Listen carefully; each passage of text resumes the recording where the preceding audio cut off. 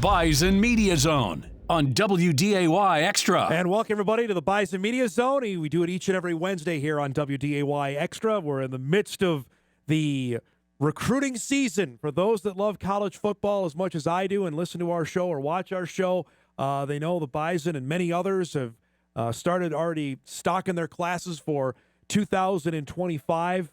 Camp season is here. You're going to start seeing that up on the north side of Fargo over the next couple of weeks. There's going to be a bunch of football players here from all over the place, not just here in town, but from states all over the place. The man who organized it, I'm really happy to have him in studio. Zach Peters joins us here in studio this morning. You've got a fancy title now, Director of Football Recruiting and Player Personnel. What is that? What does that mean? There's a lot behind it, but I think it's obviously very fortunate to learn from Ian Dino during his time here. Really helped me a lot. Gave me a lot of insight on things and kind of allowed me to kind of expand my role throughout my last 3 years here, and I think that kind of made for an easier transition as I took that next step. Now, we'll get into the nitty-gritty in a second, but a little on you. You're a Fargo guy. I am. You grew up here. Where did you go to high school? Fargo Davies. Okay, so you were one of the early classes there. I started in, I think my first year was 2013. Okay. Graduated in 2017. You went to Iowa State. Yep. And you got in football right away. Was that the goal when you went there? I think I kind of knew. So I grew late, so I kind of knew probably my junior year that college sports, or where I wanted to play college sports, wasn't going to be. Happen. Yeah. In my wheelhouse, so I kind of started looking ahead at what opportunities could I do to get my foot in the door, working in sports, and more so obviously working in college football. It's a fun. Obviously I always grew up going to the games, being around sports. I had a couple older cousins that played college football, and one of them actually played at Iowa State, and that's kind of what in a way led me down there. Yeah. He his last year was 2015. Paul Rhodes' last year at Iowa State, and he was kind of the special teams guy, did it all, backed up here and there, but he was well liked and well loved by everybody. So when I kind of told him my interest, he goes, I got a couple guys I can get you in contact with, and that kind of hit the ground running there. Yeah, I moved down early, almost like an athlete. Like you were, you were a student athlete yourself, down right? there in July, wow, right for fall camp, and then just kind of hit the ground running and continued to, take on more responsibilities. And you did equipment, right? Yeah, equipment / student assistant. So my last 2 years, I was signal calling down there, doing some more student assistance. So what does that entail for people that don't know? Is it everything from getting jerseys ready to? Oh yeah, it's the fun and the behind the, the grind stuff. Yeah, it's the laundry after practice. The laundry 3-4 times during fall camp because they got lifting, they got practice. But I think it teaches you a lot, right? It's one of those behind the scenes in the dark type jobs that if you don't have those type of people, there's a lot of things that don't get done, and you're not able to be as productive and efficient as you want to be without those. And you also got to work with the Colts too. I did. How awesome is that? How did that come? Cool. How did that come about? Yeah, there was actually the couple people kind of involved in that one, but the position coach I worked for at Iowa State, DK McDonald, who's currently at Kansas, his when he was a GA at Indiana, PA. His roommate was Nick Sirianni. Oh, get out of town! So he was the OC at the time. So I kind of used him, or he helped me out a little bit there. It kind of came up. Hey, Zach, would you be interested at all in an NFL internship? I was like, kind of cool. Yeah. Why not? Right. And so then there's a couple people at Iowa State too, in the equipment side that had worked with the Colts, and so kind of combination of those two, took the opportunity, and didn't know what to expect, but just kind of excited for pretty cool. something new, and I learned a lot. Just it was, again, behind the scenes there, but just the day-to-day, how different even the NFL is, how more cutthroat it is than in college. I mean, I saw some stuff. I was like, holy cow.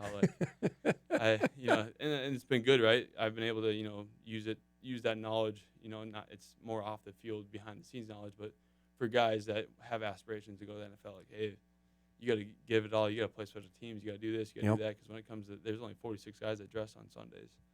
So it's, it was good. It was all a good experience. I think with anything you do, you can always gain something from it. How did you get back to Fargo? So it was kind of ironic, I guess, how it all happened. I kind of, during COVID, obviously was starting to map out, GA spots. I knew I wanted to continue staying in sports. Wanted to kind of make the switch to more of a recruiting / ops position. I just felt like where my who I am as a person. I'm not a in the basement, by myself type guy. And so I want to get around people, be in front of parents and recruits. and that kind of thing. And so I kind of started mapping out GA spots. Was that spring of 20, kind of before or early spring, January, February of 20 before COVID started. Before the world ended. Yeah. Exactly. And then all of a sudden, when it came around in the following spring, a lot of those I went back to check on, they were all gone. And so it was kind of like, okay, what now? And so I kind of did the approach that a lot of people do in this industry. I started putting resumes and references and cover letters together and put them in manila envelopes and no kidding, trying to find addresses and sending them. I think I sent to 35 different schools. Wow. And just I think partly with being from Fargo, NDSU was kind of one of my last, not for any reason, just I wanted to get out there and experience something different. Yeah. And so it kind of started off. Obviously, they had the spring season going on, and so my two schools that got back to me that I had interviews with were NDSU and Georgia, who ironically went on to both win national championships that year. So it's kind of funny, but yeah, it was kind of one of those things. Kind of started off as a volunteer role here. Yeah. I wasn't just not that my parents wanted me to move back home, but yeah, I knew it was something I could do and didn't have to worry about getting out of a lease later on if something came up. But obviously a good program. And when it kind of came down to it, there was some movement after spring season. Ian moved into the director role. The GA spot came open, and it's the best thing I've ever done from a learning standpoint and gaining knowledge. And obviously Ian moved on. He's at Northwestern now. Yep. And was that, how did the interview, did you actually interview with Coach Polstek about this position? There was definitely a little bit. I think he was busy hiring some higher ups, some more important people on staff. So I think it was kind of one of those things I kind of just inherited the role. And no, but I don't think he did it without, there's definitely people that vouched for me and saw my hard work over the years. And I think that's, definitely appreciative. And I think that means a lot for somebody to take someone else's word when they've never met you before. So this role is crazy right now, right? Is that the best way? I mean, we were talking off air, and I try to explain this almost daily on the show about for people that want to follow college recruiting and the rules that go with it. I mean, you have to literally stay on top of this because it's your job that you have to. If they were going to change a window or change a visit or how many coaches can go somewhere, you gotta know that to let everybody else know. Yeah, I think that's the big thing is I was trying to stay in touch. Colleen Heimstead, our compliance, who works in compliance, does a great job of keeping us up to date. But also, that's what's been good about the transition, right? I knew a lot of people already on campus. They're more than willing to help me and assist me, and so that's been easy too because I call her for all sorts of little questions. Probably the same question I asked 2 weeks before, but just hey. Has anything changed? Yeah, and it's like sometimes it's a word different. Okay, well now it doesn't quite. It's not as clear as it was a week ago. And you talk to different people in the industry. People see it differently. It's like, hey, how do you guys, and hey, Clint, they see it like this. How do you see it? Yeah. And you're just trying to, because at the end of the day, everybody's trying to do the best. Promote the best, have the best visits, without stepping on rules that you can't do. And so this time of year, and I know you can't speak on the 25 guys at all. So the guys that are already signed, they're coming. When are they going to get the 24 guys? Are they here or when are they coming? They'll actually arrive there. I've been busy. That's the last probably month, just kind of finalizing, dotting the I's, crossing the T's with those guys. So they'll be here. They'll arrive on Sunday. Okay. And hit the ground kind of running Monday. So what do you have them doing when they get here? So we just kind of moving to the dorms here. We'll do a little player-parent meeting just to make sure that their parents are good with dropping their signing kids them out. off, Yeah, right? Exactly. Just so they kind of know what's gonna happen this summer. The dates they have off, making sure that they, are in class when they need to be, kind of meet and greet with some of the other personnel maybe they haven't seen as much of on their visits. And so that's kind of the first steps, and then the variety of things over the course of the summer. So for those guys that are coming in, when did the work start with them? But basically 2 years prior, right? Yeah. Is that a good way to put it? Yeah, I would say, for the most part, 2 years. Obviously a couple guys different here and there, but I'd say, for the most part, 2 years. So it's kind of fun because now it's like you're friends. You're friends with the parents. You're friends with the players. You've had that relationship has been built, right? Years. Yeah. And so I think they're excited. They're anxious to get here and be around each other. The last time we had majority of those guys together was a spring game, and so they've been I think just anxious to because they kind of get that what they call it, that senior slide where it's like, all right, just try to get through and get there, and we try to make sure you enjoy every moment of it. But the recruiting world right now, especially for a school like North Dakota State, you can actually answer, because I talked with Coach Entz about this, Kleiman, when he was here. When a Bison offer goes out, is it like the bat signal for other schools to maybe, oh, wait, NDSU's talking or offering this guy that we better get on it? Is that accurate? Yeah, I would say definitely. You could probably go through my Twitter, and I know for a fact I got multiple Power 5 schools.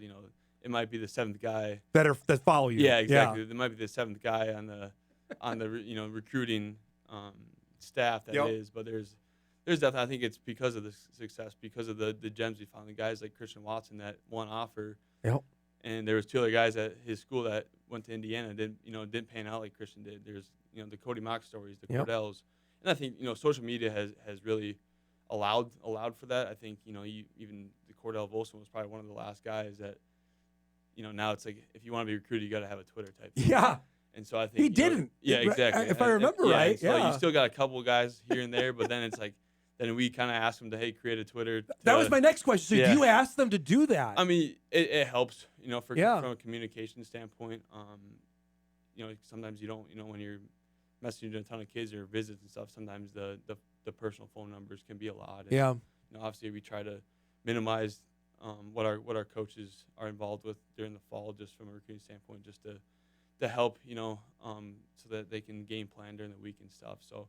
We it's kind of hectic, but I think that's why you're probably seeing it more, just the social medias. There's more camps, more availability probably to these kids, and so which is good and bad. But yeah, we've definitely seen probably some people, some logos, some teams in our area that we didn't see 8 years ago. So how ugly is it, Zach, recruiting? I mean, I talk about it's a dog eat dog deal, but how ugly is recruiting right now? Yeah, I mean, I think like personally, we always talk about, hey, we're not going to be somewhere where we can't be. I think that's with anything in life. If we don't have the personnel to do something that's we get the software that the big schools have. Well, if we don't have the personnel to handle that, then we're wasting money. It's not going to be effective for us. And so I think just kind of camps have been still are a huge evaluation tool for us.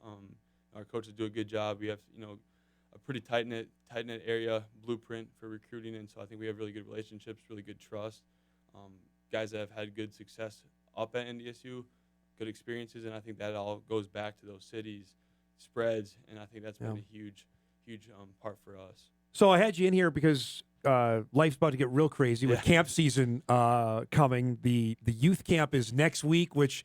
That's a really neat deal because a lot of the current guys will help with that next week, right? Yeah, we'll probably have around 60 of our current players there. It seems like that gets harder and harder too, with being able to work internships, doing different things like that during the summer, and so we had Cole Payton on a couple weeks ago. He's working with the Red Hawks right now, which is good for those guys. I think that's one thing. I think it's probably about 8 years ago the NCAA started allowing that, and I think that's been awesome for those guys, get a little money in their pocket. Yep. But also some good experience. But yeah, the youth camp, it's always a fun time. I think growing up here, something I went to growing up, and the one thing that always comes to my mind is that the last day is you get all those autographs in the back of your shirt, and you want to wear that shirt every day, but you don't want to wash it because it's gonna wipe off all the autographs. So it's always fun, and just seeing some of these kids since I've been here the last 3-4 years, just really that's cool.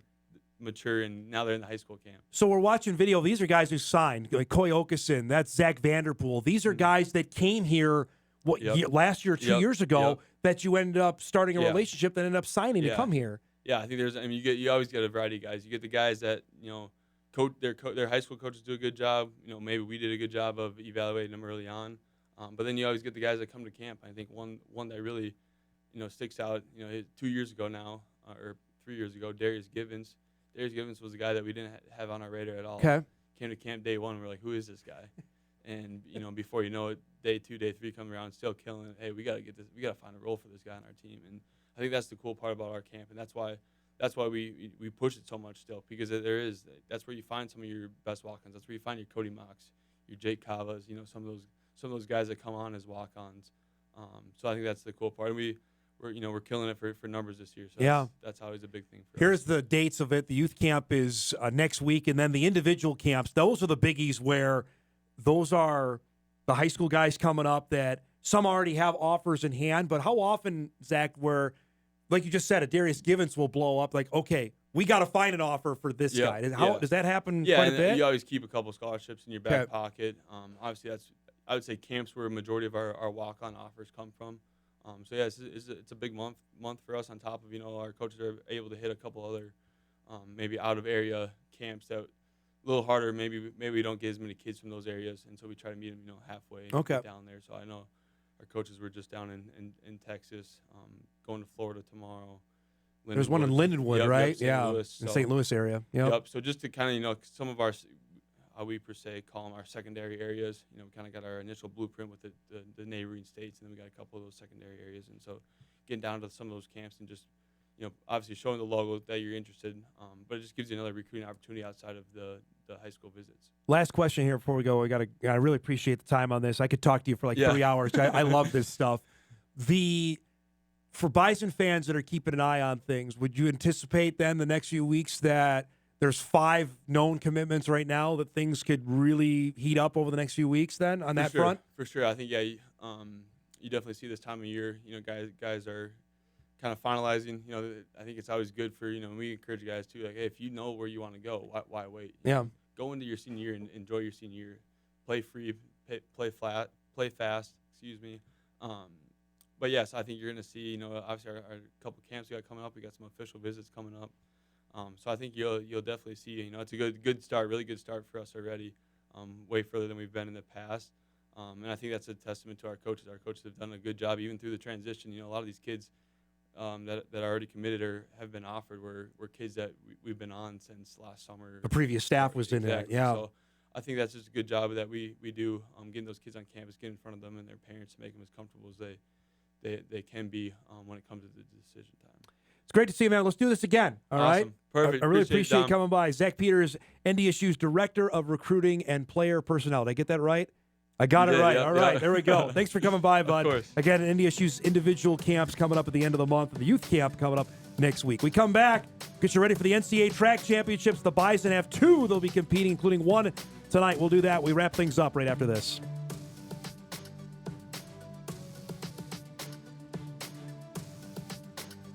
Welcome back, everybody. Our thanks to Zach Peters for joining us. Inside intel on how the recruiting world works in football these days. That's good stuff. Hope people enjoyed that. Tonight, the NCAA Track Championships will begin in Eugene, Oregon. If you missed our feature on Monday, you can check it out inforum.com on NDSU's Lexi Maples. She'll be competing in the hammer throw for the 6th time in the last 7 years. The Bison have a representative going in the hammer throw. Tonight, the men's javelin competition will go at 7:45. Bismarck's Matt Kraft is there. Kraft has won the last 2 Summit League championships in the javelin. He'll be throwing tonight. He was an honorable mention All-American last year. I mean, he finished outside of the top 18. He told me when I talked with him last week, he certainly thinks he can throw better. He's got high aspirations that he can finish even higher up as an All-American this year. I think right now he ranks 19th in the country in the javelin. This is Lexi Maples, a native of New Zealand, who will compete tomorrow night in the hammer throw. She'll be going up against Grand Forks native Shelby Frank, who we had on the show last week. It should be a dynamic competition there in the hammer throw. The neat part about it for track nerds out there and people that want to watch, all of the events are available. The NCAA ESPN Plus, you can watch everything coming up on that later tonight. They get going at 7:45 in the men's javelin. Our thanks to Zach Peters for joining us this week on the Bison Media Zone. We're back each and every Wednesday at 10:30 here on WDAY Extra. You can podcast it as well later today at inforum.com. Thanks so much for watching, everybody. We'll see you next week.